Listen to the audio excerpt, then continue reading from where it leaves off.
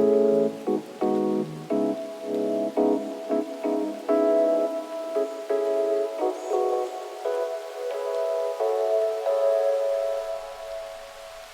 Mama's Cool Planet brings you two bold, hot, lifelong friends with a sustainable podcast on sustainable living, self care, and the gloriously messy middle of life.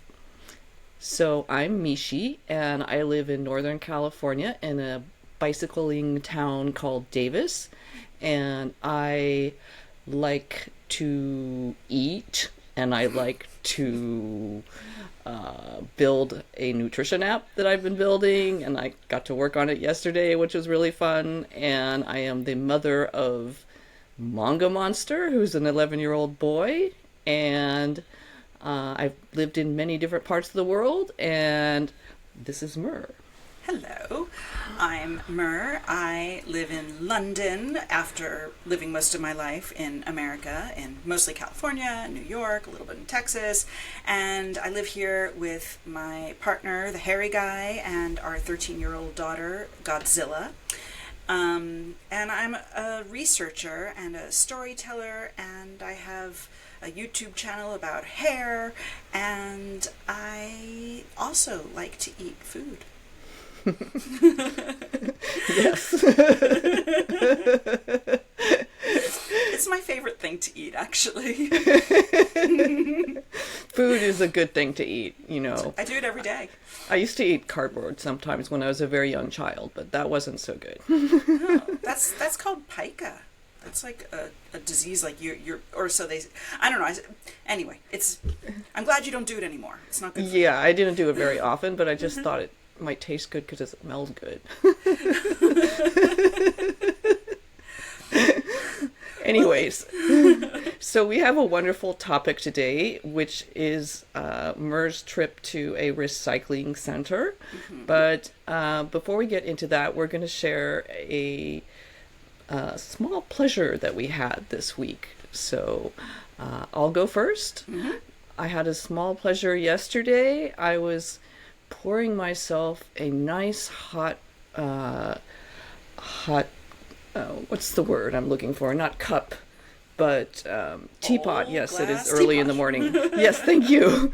Teapot of oolong tea, and it was just slowly warming up, and the smell of the loose leaf oolong tea, which I get from my local Asian market here in town, was so nice. And I love tea. I lived in Singapore for 10 years and traveled to a couple tea plantations around the area, and I learned to appreciate tea a lot. So this wasn't a real fancy tea. It was a kind of a earthy, down-home tea, but I did enjoy my oolong tea yesterday. So that was my small pleasure. I think that is like the perfect quintessential if we were going to write a textbook case of a small pleasure.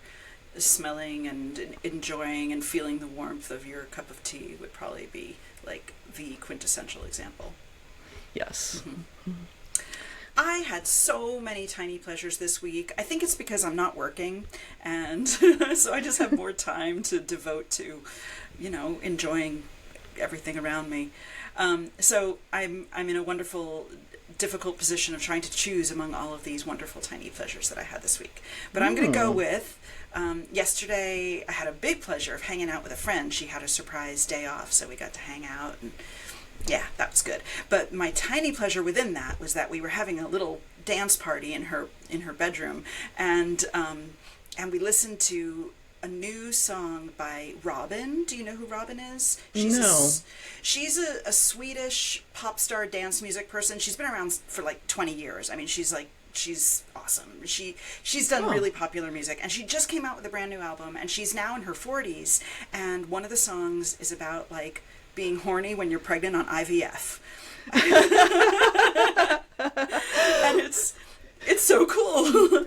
It's called Well, strangely, I've been there, but I won't go into detail. But exactly, that's something, it's like relatable, like write what you know, write to your audience. And she wrote this banger of a dance song about being, being pregnant on IVF and still having a life and going out and being horny and pissed off and all the things that go along with it. And we had a good time dancing to that yesterday. So that was my tiny pleasure.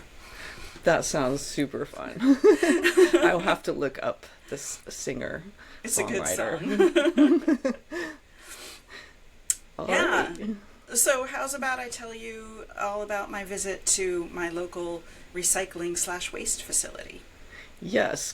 I know that we did a previous episode about plastics recycling, and you shared a little bit in that episode about why you're interested in this, but can you reshare what triggered your interest in this topic? And is it only plastics, or what did you look into? Yeah, so it was actually my research for our plastics episode that made me realize that my local facility does these tours. And so I was like, what are they going to show me? I've got to know. And so they do these monthly tours for people who live in the area, and it's like walking distance for me. It's like a 20-minute walk or something.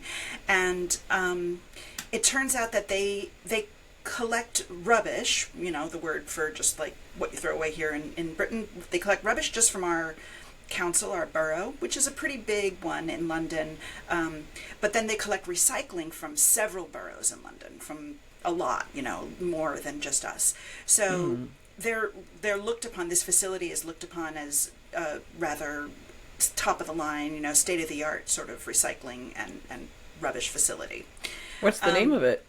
Well, it's run by a company called Veolia, which is a French company, and I guess they own a lot of these facilities throughout Europe. But this one, I live in Southwark, which is like spelled like Southwark, but I live in Southwark, which is it's an important borough in London. It's where like the Shard building is. It's where London Bridge is. It's where the Tate Museum is. A lot of important things are in Southwark. Yeah, and your wonderful neighborhood of Peckham. Exactly, and me. I was wearing my Peckham bag the other day that you gave me, by the way. Yes, and it is known as the coolest neighborhood, too, so that's where I live. Anywho, Southwark basically signed this deal with Veolia, which is a company, for a 25-year contract for them to deal with the waste and recycling in exchange for the money to build this state-of-the-art facility. So it's only been open, 15 years or so, which is, I suppose, pretty recent for this kind of thing. Mm-hmm. And so where I live, we have 4 bins. We have rubbish, recycling, mixed recycling, garden waste, and food waste. So this facility only deals with the first 2. It deals with the rubbish and the recycling. They told us what happens to the other 2, but that doesn't happen there. So just quickly, I'll tell you, I was surprised that food waste and garden waste don't go to the same thing. I thought they were just both compost. But it turns out garden waste becomes compost, and food waste goes through anaerobic digestion, which is apparently different from composting. And the end result is that it either is industrial fertilizer or what they euphemistically called energy, and that means, of course, incineration. So that's a little bit of a bummer that my food waste... Yeah. For me here in Davis, it all goes into the same bin, so that's curious. I wonder why they do things differently. When they're mixed bins, it'll go compost. But the woman who was giving the tour said, basically there's just not as much bang for your buck for compost, whereas energy, aka incineration, is more beneficial to the country. So that was I live in the middle of farmland, so maybe compost is more beneficial out here. Possibly. Could be. It's really interesting because while I so much enjoyed this tour, I felt like it was very hard to parse out what was propaganda and what was like truth and genuine trying to do the right thing. Mm-hmm. So anyway, the other 2 bins that I have are rubbish and recycling, and those both go to this facility. And so I guess the recycling is really interesting in that they have all these whirring conveyor belts just going by, and some of them are automated trying to separate this from that, and some of them they have people going on them. And while I was watching the people working these conveyor belts, I thought, I could do that. That's like a video game. That's like a game. You'd be like picking out like gems, right? And I could just do that all day long and like space out on this video game. I'm like, that's my new career. Wow. When I was a kid, we got to go on a field trip to a Lay's potato chip factory. And I remember being fascinated by the conveyor belts and all the like chips going by. And so it's that similar kind of fascination of automation and yes. like that I Love Lucy episode where they're on conveyor belts, or like any of these old, I don't know, like that old Charlie Chaplin movie with the conveyor belts. Oh, yes. Yes, I've seen that. Anyway, so it's kind of cool to watch all of it go by, but it was also, I don't know, mysterious. Like, of all the things that we were able to see from where we could go, like, I didn't really feel like I ever saw a conveyor belt that was full of something that was purely just aluminum cans or just plastic or just paper, like, so I felt like there was more to this than I was able to see. And so I asked her about that, and she said, yes, there was, the walkways only go here and there, and it does get more worked on. There's 3 levels, she said, blah, blah, blah, whatever. So I didn't feel like, even though I got to enjoy seeing this, that I really understood how it works. Anyway, so they're trying to separate out the only thing that's valuable to them is metal. So getting the metallic cans, they just use a magnet, and then getting the aluminum cans, which are the most valuable part, but only make up 1% of what they deal with, and is not magnetic. So they have to have another way of doing that. And then they separate out the paper and then the plastic. They mix it all together, all the plastics, and they send that off to another facility. So I didn't get to watch that happening either. But what she explained about how the plastics work is essentially they shred it all up and then float it in some sort of a solution. And the different plastic types, remember in our plastic episode, we talked about how there's like 8 different types of plastic. They all float at different levels. So they're able to like skim them at these different levels. And float in water? It's some solution. I don't know what it's made of. Oh, interesting. And then they do other chemical and mechanical things to get them more and more pure down to the type of plastic that they're wanting. And then they make those little pellets, those nurdles that I told you about. And the plastic nurdles, yes. Theoretically, it gets recycled. The problem, and this totally warrants another episode, is that virgin plastic is cheaper than any recycled plastic. So that all goes off into another facility, and I didn't get to see it. Yeah. But then they're separating out the glass, which all gets broken down and made into fiberglass, which is another rabbit hole that I need to head down to find out, is that a good use of recycled? Let me just pause a moment on the plastic, recycled plastic. I have seen some cool, like, recycled shoes made of recycled plastic where it's like all these different colors that came together, or what other objects have I seen? Like maybe bags. Children's playgrounds. Oh yes, children's playgrounds, which is there's controversy about that though, because they have chemicals in them that might not be good for kids. So that's probably true too. What I knew is that it's greenwashing, because usually these recycled plastic playgrounds are like paid for by Dow or some big chemical company, and it's just greenwashing. Like, oh, look at how nice they gave you a playground, but meanwhile, the playgrounds were like nice and bouncy and fun. Yeah, as long as they're not exuding chemicals that are bad for kids. I mean, indeed. Yeah. So I don't know exactly what happens to the recycled plastic, but I feel like we have many, many episodes for us to explore all of these different directions. So back to the recycling plant. Glass, like I said, gets made into fiberglass. I don't know if that's a good or a bad use of glass recycling, but what they said was essentially it would be really difficult, it would cost more to separate out the different colors of glass, and nobody wants a murky glass, and so that's why fiberglass is where it ends up in, like, for your house or buildings to... yeah. You would think with AI they could invent machines that could see colors, but... They have them. I think it's just expensive, and for them it's more cost efficient to go straight to fiberglass than it is to deal with the color recycling. But like other countries have you recycle it separately, and so I think in those cases they do melt it down into that glass again. But this facility, that's how they do it. Okay. And then paper goes off to a paper mill. Metal is, like I said, the most valuable thing. That's the one that actually it's worth their money to collect the metal.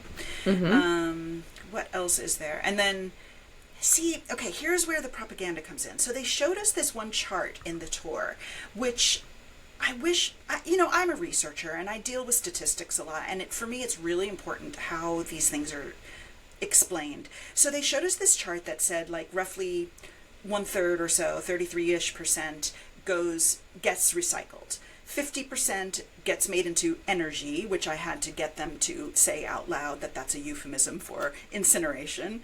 Okay. And then the remainder, I forget what happens, and then hardly any, 1% gets made into landfill.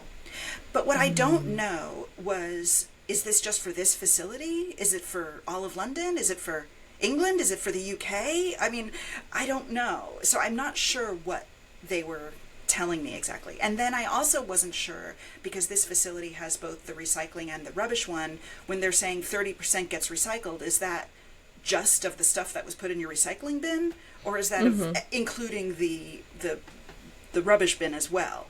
So I wish they followed up and gave me that chart so I could look at the details, because they're telling a story and they're trying to make it sound like a really good story, but I don't know what the numbers are, and so I'm not sure. I just don't know what to make of it, you know?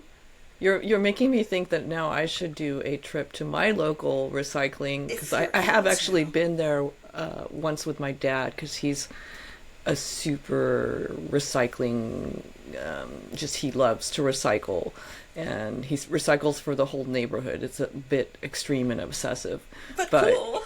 But he sorts out like, all the plastic and everything according to what their rules are about it, and then he goes there with his helper, and then he gets, like, after all this work for like weeks, he gets like $30.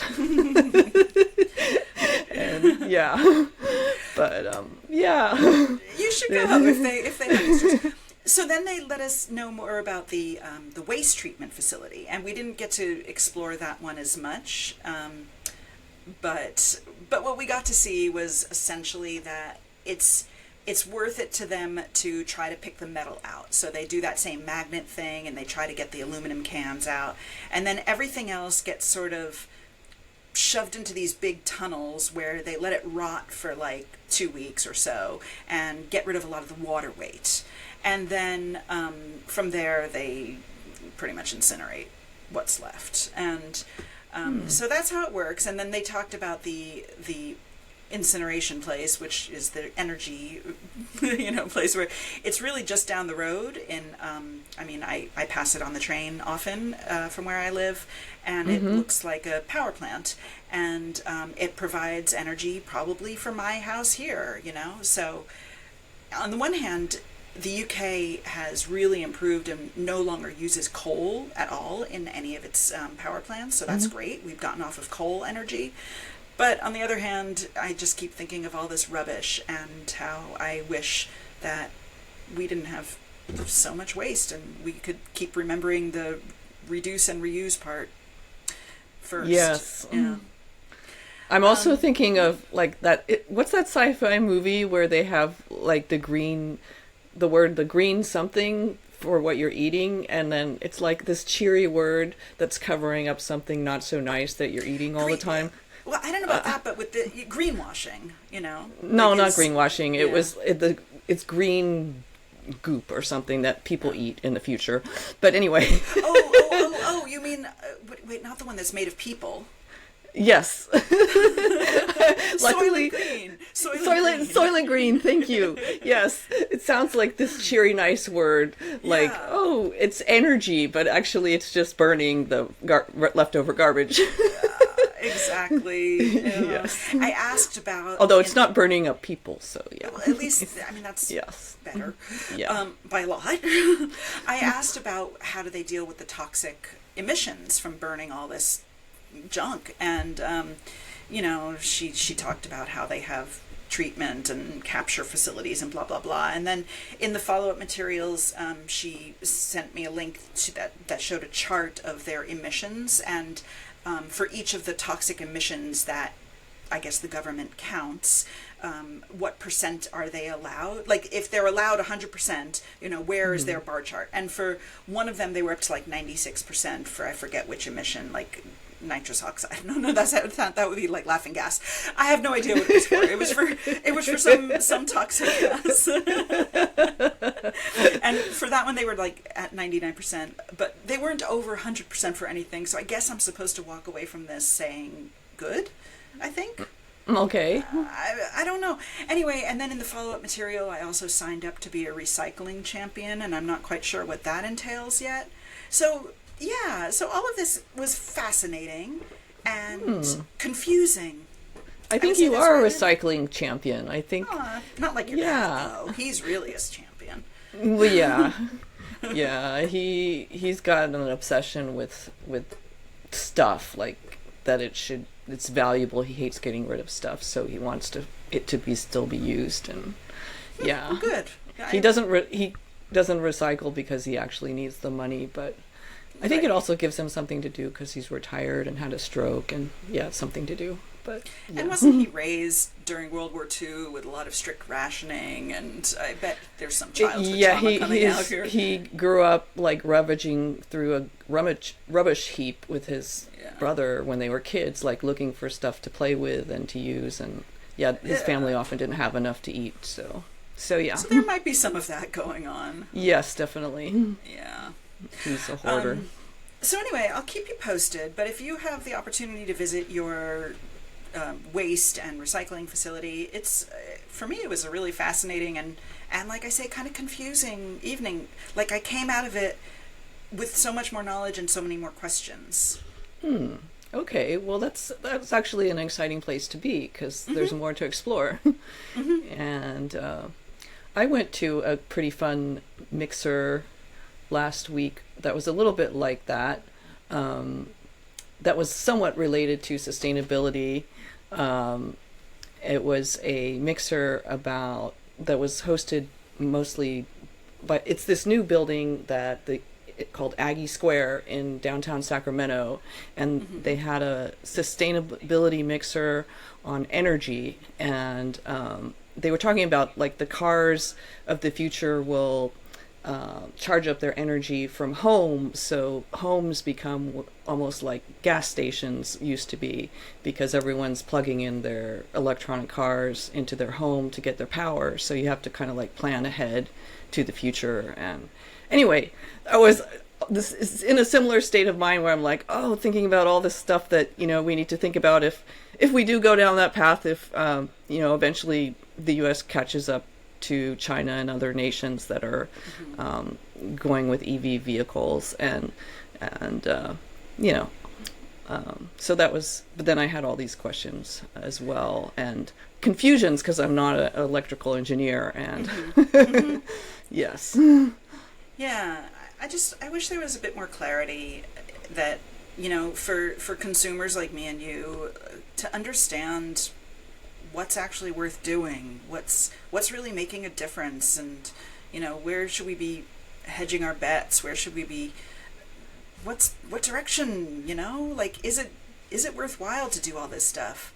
Yeah, like I said, I really want to do an episode for me about the difference between why virgin plastic is so much cheaper than recycled plastic, and kind of going into that, and all these new energies, these new sciences, like what's realistic, what's next? Yeah, exactly. And also, what is accessible, will most people actually start to do, or is it just something that a very small percentage of people who are more aware of these cutting edge, more sustainable ways of doing things are doing? How can you get that out to people so more people actually make a difference and actually do it? So yeah.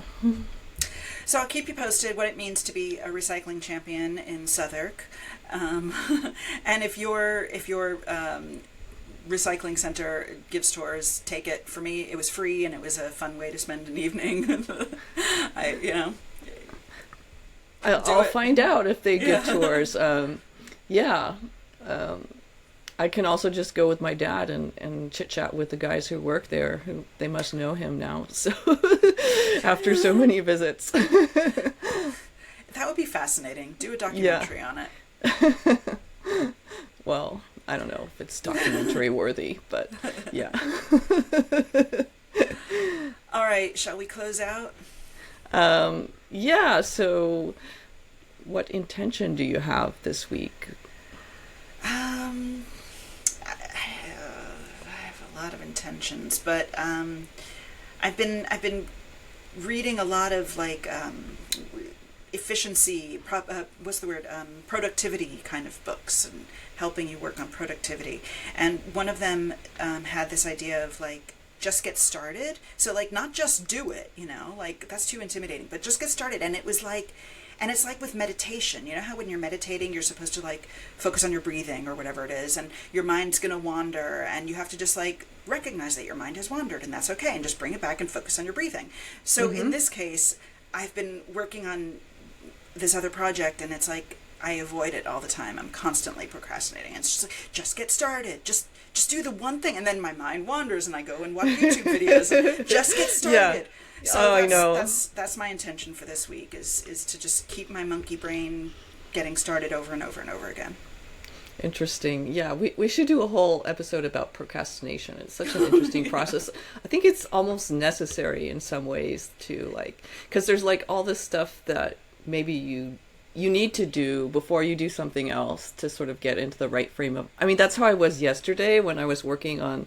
Finally, I'm building a little edible rainbow for Fruity, where you can see all your vitamins in the form of a rainbow. Nice. So, ooh, but and it would be good for like the bracelet too.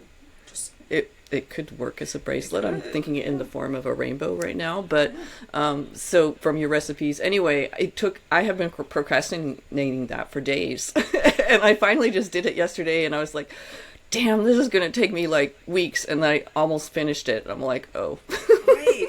I think sometimes procrastination is you're sorting it out in your mind, and you're just figuring out, you're planning, you're ruminating. Yeah, your unconscious is figuring way. it out for you in a way. And so sometimes it's useful, but other times you're just procrastinating. Yeah. And maybe being able to recognize the difference would be worth exploring and talking about. Yeah. Anywho, that's my intention for this week. What about you? My intention is to figure out if I want to, this kind of difficult political times, these times in the U.S. We're starting multiple wars in different countries, and ICE is waging war on our own citizens, and but I'm going to go meditate in the park, and then I was trying to decide, do I want to go to one of the many protests about anti-ICE protests that are going on, and there's one right here in town, but it's over like this pedestrian overpass, and I'm just not sure that's like, I'm imagining like a huge crowd of people standing on this little tiny bridge, and I'm like, is that safe? So anyway, I'm mulling over in my head, like I'll probably go check it out, but my intention is to express my political wishes in a way that also put my own safety as an important part of that as well. So can I make a suggestion? Yes. I'm a dual citizen, so I'm still a voter in the U.S., and yet I don't live there. I'm not going to go to any protests here, right? I called my congresspeople and my senators 2 days ago, because I'm still a voter there, So yeah, I called my senator and my congressperson and told them one of those calls I got to actually speak to a real human, like some aide or whatever, and two of them I left messages. But do that. Tell them what you think. You don't have to go out in public and risk your safety or feel uncomfortable just being in a crowd, but definitely let your voice be heard and say what you think. That is very true. That is a much safer way to express oneself politically. I just personally have a little thing about like when Indivisible used to always send out. I always felt like I'm this little ant with my marching instructions, and I just get annoyed when they're like, "Okay, call your congressman and say this script."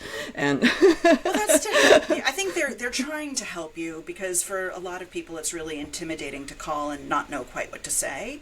So that it's not that you have to say the script, but if you don't know what to say, you can. True. So when I called the other day, I used 5calls. I think it's 5calls.org. I'm not sure. You put in your zip code, and it tells you the phone numbers of all the people that represent you, and it gives you a list of issues that if you're interested in using their scripts, you can use those, but you don't have to.